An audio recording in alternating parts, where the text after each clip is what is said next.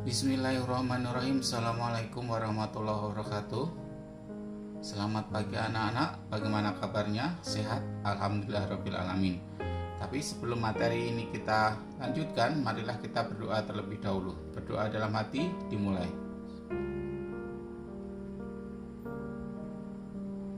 Doa selesai.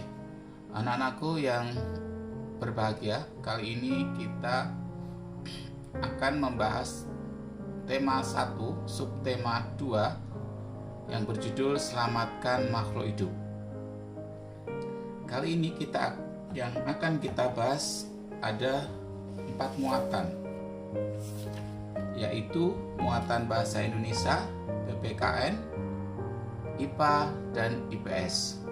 Tambah satu lagi nanti ada muatan matematika yang akan Bapak kirim langsung via WA. Langsung saja anak-anakku, marilah kita ikuti pembahasan ini dengan saksama. Kita masuk ke muatan bahasa Indonesia. Di sini kita akan membahas ide pokok dalam teks laporan. Ide pokok adalah gagasan atau masalah utama yang dibahas dalam sebuah paragraf. Ide pokok pada umumnya terdapat dalam kalimat utama. Saat mendengarkan laporan secara lisan, dengarkan dengan seksama agar kamu dapat menemukan ide pokok dan isi laporan dengan jelas. Ide pokok dan simpulan teks laporan hasil pengamatan. Teks laporan memuat informasi umum dan informasi khusus. Informasi-informasi tersebut dapat ditemukan dengan membaca secara utuh dan saksama. Dalam sebuah teks laporan juga terdapat ide pokok dan juga simpulan. Kita masuk ke muatan PPKN. Di sini kita akan bahas penerapan sila ketiga Pancasila Persatuan Indonesia.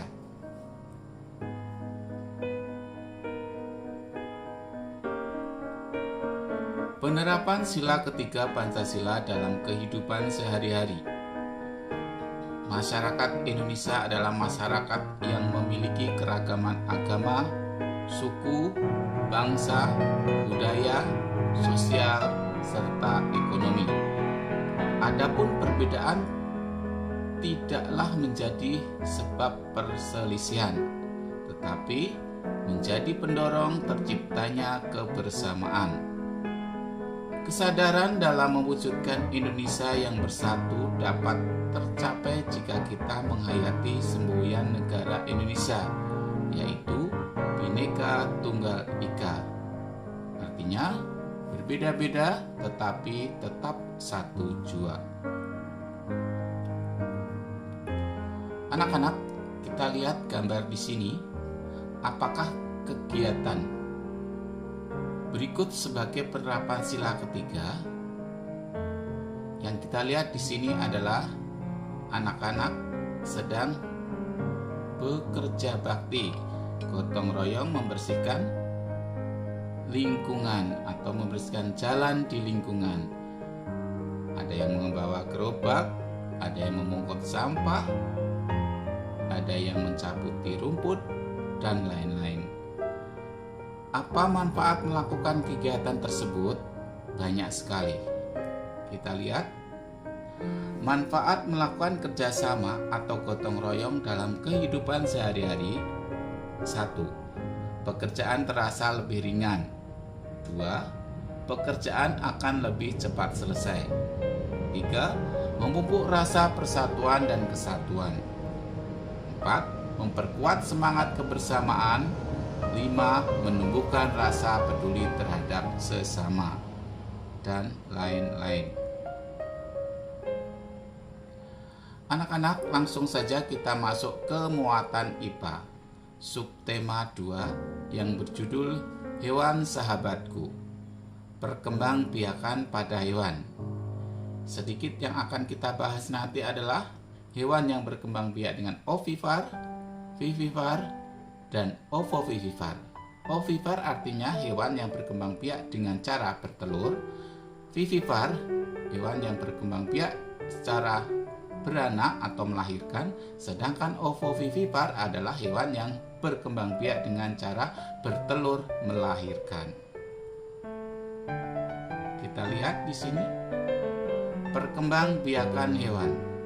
Ya. Hewan berkembang biak untuk melestarikan jenisnya agar tidak punah. Berikut cara perkembangbiakan hewan. Ya, di sini ada ayam. Jelas sekali di sini ayam sedang mengerami telur-telurnya. Ya, ini namanya ovipar. Kemudian tadi vivipar melahirkan, bertelur kemudian melahirkan disebut ovovivipar. Kita lihat. Hewan-hewan petelur memiliki beberapa ciri-ciri, antara lain tidak memiliki daun telinga. Nah, kita lihat di sini, adakah daun telinga? Tidak. Dan mengerami telurnya. Ya, tadi kita lihat nih, tidak berdaun telinga, mengerami telurnya, ayam ya. Ada bangau. Contohnya burung, ikan, reptilia, dan katak. Nah, sedangkan hewan-hewan yang melahirkan atau vivipar memiliki beberapa ciri-ciri, yaitu memiliki daun telinga. Lihat nih daun telinga nih, kelinci ya, jelas sekali daun telinganya. Gajah pun juga punya telinga, kambing pun punya telinga, tikus pun punya telinga. Dan tubuh ditutupi rambut. Ya, rata-rata hewan yang melahirkan tubuhnya berambut. Contohnya ada kelinci, sapi, kucing, kambing, lumba-lumba, dan landak. Perkembangbiakan hewan dengan cara bertelur dan melahirkan disebut juga dengan ovovivipar. Hewan-hewan yang bertelur dan melahirkan tidak memiliki ciri-ciri khusus. Contohnya ikan hiu, kuda laut, dan platypus. Itulah anak-anak pembahasan IPA yang sudah kita bahas. Sekarang kita lanjutkan ke muatan IPS dengan judul pengaruh kondisi geografis terhadap pertumbuhan ekonomi negara-negara di Asia Tenggara. Kegiatan ekonomi suatu masyarakat biasanya dipengaruhi oleh kondisi geografis lingkungan sekitar. Masyarakat biasanya menyesuaikan mata pencaharian dengan alam sekitar. Oleh karena itu, kegiatan ekonomi masyarakat di suatu daerah dapat berbeda dengan daerah lain. Ya. Contohnya di sini ada Indonesia, rata-rata penduduknya sebagai petani, pekebun, nelayan, pekerja kantor, buruh. Ada Brunei Darussalam, penduduknya bermata pencarian pertambangan, buruh industri tenun dan logam, petani. Ada yang ketiga Filipina, petani, pekebun, bidang jasa.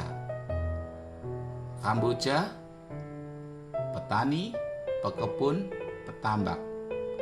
Ada lagi negara Laos, rata-rata penduduknya bermata pencaharian petani, pekebun, penambang. Ada negara Malaysia, penduduknya rata-rata berpencaharian petani, pekebun, penambang.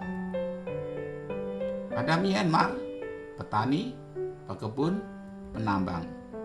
Singapura, bekerja di bidang jasa, rata-rata penduduknya dan buruh. Ada negara Thailand, bermata pencahariannya petani, pekebun, penambang, dan nelayan. Sedangkan Vietnam, penduduknya rata-rata bermata pencaharian petani, pekebun, penambang.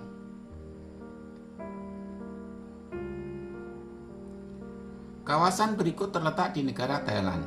Menurutmu kegiatan ekonomi apa saja yang dapat dilakukan negara tersebut? Ya, kalau kita lihat di slide contoh ini merupakan persawahan, ya, padi, berarti penduduknya bermata pencarian sebagai petani, ya. Demikian pembahasan tema 1 subtema 2 pembelajaran 1 kelas 6 kali ini. Semoga kalian dapat memahami dengan baik. Jika belum paham, ulangi video pembahasannya. Setelah paham, kerjakan tugas daring dengan baik dan teliti. Belajarlah menulis dengan baik dan benar. Akhirnya, Assalamualaikum warahmatullahi wabarakatuh.